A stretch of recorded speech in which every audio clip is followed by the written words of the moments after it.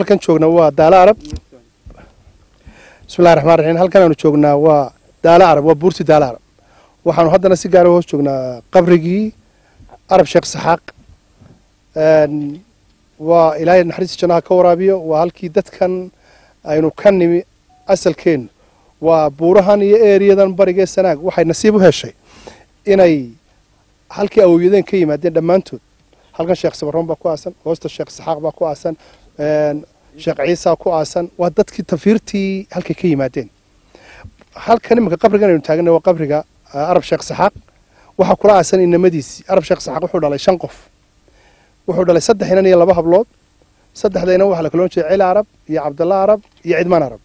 halkan waxa kula aasan Ceel Arab iyo Cabdallah Arab kula aasan Cidmaan Arab isaga laftiisu meelahan uu ku aasay la yiri labada hablood Faadumo iyo Sahra Faadumo waa inanta dhashay mujuhda aragteen Xuseen Boos ka mid yahay waxa weey waa inanta dhulbahanta dhashay runtii iyaduna tafiir fiican bay leedahay oo waliba ixtiraam gaar ah ugu hayaan reerka dhulbahanta leeyahay waxa la dhashay isaguna labada la walaalaha kaski qabe iyo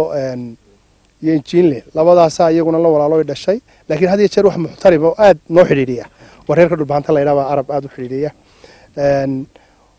waxa inanta kale Sahra la oran jiray iyada tafiirteedii lama hayo laakiin inay gashay reer ka harti ay bayadana la hayaa